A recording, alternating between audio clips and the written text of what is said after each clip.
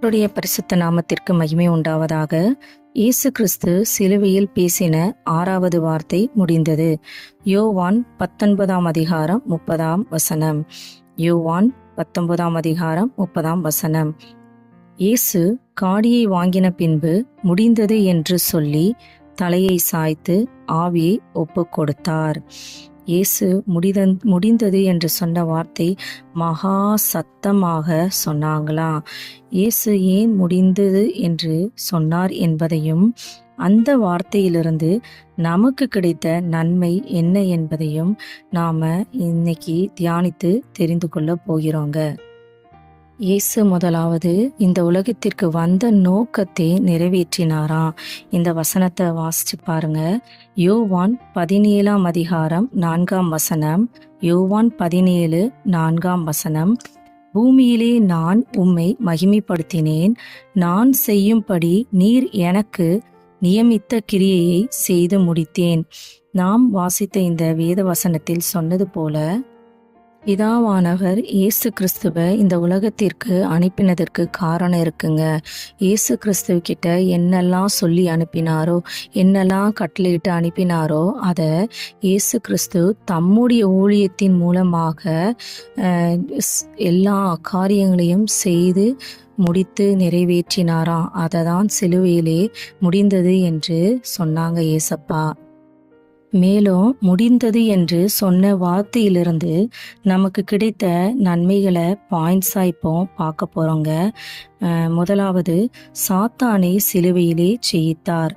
இரண்டாவது, பாவத்தின் வல்லமையை அகற்றினார். மூன்றாவது, எல்லாருடைய பாவத்தின் விலை கிரயமாக தன்னையே ஒப்பு கொடுத்தார். நான்காவது, பிதாவிடம் நாம் நேரடியாக செல்லும் பாக்கியத்தை நமக்கு தந்தார். ஐந்தாவது, பழைய ஏற்பாட்டில் அவரை பற்றி சொல்லப்பட்ட எல்லா வேத வாக்கியங்களையும் நிறைவேற்றி முடித்தார். அவரை பற்றி சொல்லப்பட்ட எல்லா வார்த்தைகளையும் நிறைவேற்றி முடித்ததை தான் முடிந்தது என்று சொன்னார்.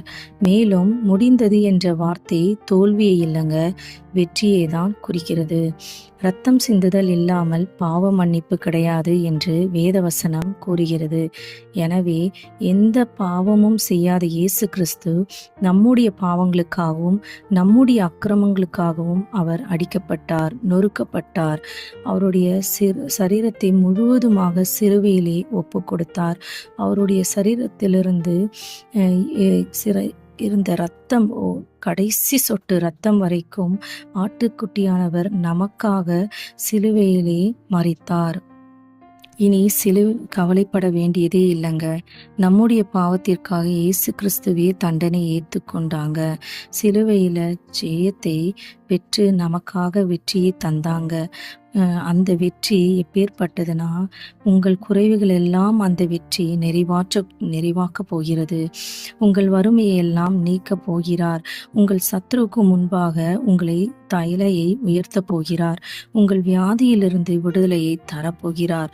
உங்கள் தேவைகள், உங்கள் ஏக்கங்கள் அனைத்தையும் நிறைவேற்ற போகிறார். இந்த விடுதலையெல்லாம் எப்போ கிடைக்கும்னா, நாம் தினமும் வேதம் வாசிக்கணும், இடைவிடாமல் ஜெபம் பண்ணணுங்க. நம்ம வாழ்க்கையில் இதை ரெண்டையும் விடாமல் பின்பற்றும் போது நம்முடைய வாழ்க்கையில் கர்த்தர் கண்டிப்பாக நம்மளுடைய எல்லா தேவைகளையும் சந்திப்பார். உங்கள் வாழ்க்கையில் எந்த விதமான போராட்டங்கள் வந்தாலும் நிச்சயமாக உங்களை தூக்கி எடுத்து ஜெயத்தை காண கிருபை செய்வார். இந்த வேளையில் உங்களை முற்றிலுமாக இயேசு கிறிஸ்துவனிடத்தில் ஒப்பு கொடுங்க. கண்களை மூடி அவர் நமக்காக பட்ட பாடுகள், அவமானங்கள், நிந்தனைகளையும் இந்த ஒரு விசை நினைத்து பாருங்க. ஜெபம். பலிபீடத்தில் என்னை பரணே படைக்கின்றேனே இந்த வேளை, அடியினை திருசித்தம் போல ஆண்டு நடத்திடுமே. அடியினை திருசித்தம் போல ஆண்டு நடத்திடுமே. கல்வாரியின் அன்பினையே கண்டு விரைந்தோடி வந்தேன். கல்வாரியின் அன்பினையே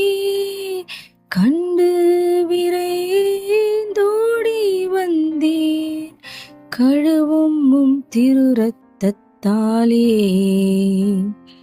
படைக்கின்றேன் இருதயத்தை, கழுவும் திரு ரத்தத்தாலே படைக்கின்றேன் இருதயத்தை.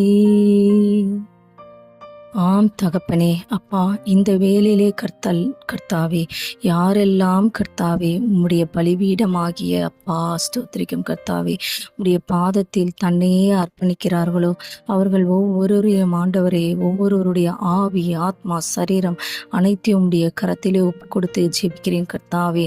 அப்பா, அவர்கள் ஒவ்வொருவருடைய கர்த்தாவே அப்பா ஸ்தோத்திரிக்கும் கர்த்தாவே அவர்கள் மீது உம்முடைய ரத்தத்தை தெளிக்கிறேன் கர்த்தாவே. அப்பா ஸ்தோத்திரிக்கும் ஆட்டுக்குட்டியானவரின் ரத்தம் அவர்கள் மீது தெளிக்கப்படுவதாக ராஜா. அப்பா ஸ்தோத்திரிக்கும் கர்த்தாவே, உம்மை பார்க்கிற முகங்கள் ஆண்டவரை ஒருபோதும் விற்கப்பட்டு போவதில்லை கர்த்தாவே. யாரெல்லாம் கர்த்தாவே இந்த வேளையிலே உம்மை நோக்கி பார்க்கிறார்களோ அப்பா அவர்களை ஆசீர்வதிங்க கர்த்தாவே. அப்பா உம்முடைய சித்தத்தை கர்த்தாவே அவர்கள் ஒவ்வொருவருக்கும் கர்த்தாவே வெளிப்படுத்துங்க. அவர்களை கொண்டு நீர் இந்த பூமியிலே ஆண்டவரை என்ன செய்ய விற்கிறீரோ கர்த்தாவே, எதற்காக கர்த்தாவே அவர்களை இந்த பூமிக்கு கொண்டு வந்தீரோ அப்பா உம்முடைய சித்தத்தை அவர்களுக்கு வெளிப்படுத்தி கர்த்தாவே அப்பா அந்த ஓட்டத்தை அவர்கள் ஓடி அப்பா உமக்காக ஆண்டவரே தங்களுடைய ஓட்டத்தை ஓடி முடிக்க கர்த்தாவே அவர்களுக்கு கிருபை செய்வீராக ராஜா. அப்பா ஸ்தோத்திரிக்கும் கர்த்தாவே, அவர்களுடைய தேவைகள் எல்லாம் சந்திங்கப்பா. யாரெல்லாம் வியாதியினால் வேதனையினால் ஆண்டவரே பாதிக்கப்பட்டிருக்கிறார்கள் கர்த்தாவே, தவிக்கிறார்களோ கர்த்தாவே, அவர்களுக்கு வியாதியிலிருந்து கர்த்தாவே இந்த வேளையிலே விடுதலை கட்டளையிடுங்கப்பா. யாரெல்லாம் கர்த்தாவே குறைவுகள் காணப்படுகிறதோ கர்த்தாவே அனைத்து குறைவுகளும் கர்த்தாவே நிறைவாக்குங்க கர்த்தாவே. யாரெல்லாம் இந்த வேளையிலே சத்ருவின் போராட்டங்களினால் கர்த்தாவே எந்த குடும்பங்கள்லாம் ஆண்டவரை பாதிக்கப்பட்டிருக்கிறதோ கர்த்தாவே அப்பா சத்ரு போராட்டங்களில் இருந்து கர்த்தாவே பரிபூர்ண விடுதலை கட்டளையிடுவீராக ராஜா. அப்பா ஸ்தோத்திரிக்கும் கர்த்தாவே, அப்பா உம்முடைய ஆசீர்வாதங்கள் கர்த்தாவே அப்பா சிலுவையில் கர்த்தாவே முடிந்தது என்ற வார்த்தை கர்த்தாவே அப்பா முற்றிலுமாக முடிக்கவில்லை கர்த்தாவே. அப்பா ஸ்தோத்திரிக்கும் கர்த்தாவே, அந்த வார்த்தை வெற்றியையும் குறிக்கிறது கர்த்தாவே. அப்பா அந்த வெற்றியை கர்த்தாவே முற்றிலுமாக கர்த்தாவே நாங்கள் சுதந்திரித்து கொள்ள எங்களுக்கு கிருபையை தாங்க கர்த்தாவே. அப்பா ஸ்தோத்திரிக்கும் கர்த்தாவே, இனி கர்த்தாவே நீர் அவர்களுடைய வாழ்க்கையை கர்த்தாவே ஆசீர்வதித்து கர்த்தாவே ஜெயத்தை மட்டுமே கட்டளையிட போவதற்காக உமக்கு நன்றி கர்த்தாவே. ஜெயத்தை மட்டும் காண கிருபை செய்வீராக கர்த்தாவே. அப்பா ஜெபிக்கின்ற ஒவ்வொருவரையும் ஆசீர்வதிங்க கர்த்தாவே. அவர்களுக்கு ஜெயத்தை வாழ்க்கையில் கர்த்தாவே ஜெயத்தை கட்டளையிடுங்க கர்த்தாவே. அப்பா போராட்டமா உபத்திரத்தில் கர்த்தாவே அப்பா யாரெல்லாம் இந்த வேளையில் கர்த்தாவே கண்ணீரோடு அமர்ந்திருக்கிறார்களோ கர்த்தாவே அவர்களுக்கு பரிபூர்ண விடுதலை தருவீராக ராஜா. அந்த போராட்டங்களிலிருந்து கர்த்தாவே அவர்களை தூக்கி எடுத்து கர்த்தாவே அப்பா கண்மலையின் மேல் நிறுத்துவீராக ராஜா. அப்பா சத்துருக்களுக்கு முன்பாக வெட்கப்பட்டு போகாதபடி கர்த்தாவே அப்பா ஸ்தோத்திரிக்கும் கர்த்தாவே சத்துருக்களுக்கு முன்பாக அவர்களுக்கு ஒரு பந்தியை ஆயத்தப்படுத்தி கர்த்தாவே அவர்களுடைய தலையை உயர்த்துவீராக ராஜா. அப்பா ஸ்தோத்திரிக்கும் கர்த்தாவே, அப்பா உம்முடைய வேத வசனத்தை கர்த்தாவே நீ மொழிந்த ஆண்டவரே 6வது வார்த்தையை தியானிக்க எங்களுக்கு கிருபை தந்ததற்காக உமக்கு நன்றி கர்த்தாவே. அப்பா எங்கள் ஜெபத்தை அப்பா நீர் ஏற்றுக்கொண்டதற்காக உமக்கு நன்றி நன்றி நன்றி கோடான கோடி நன்றி கர்த்தாவே. இன்ப இயேசு கிறிஸ்துவின் மூலம் எண்ணிக்கொள்கிறேன் பிதாவே. ஆமேன் ஆமேன் ஆமேன்.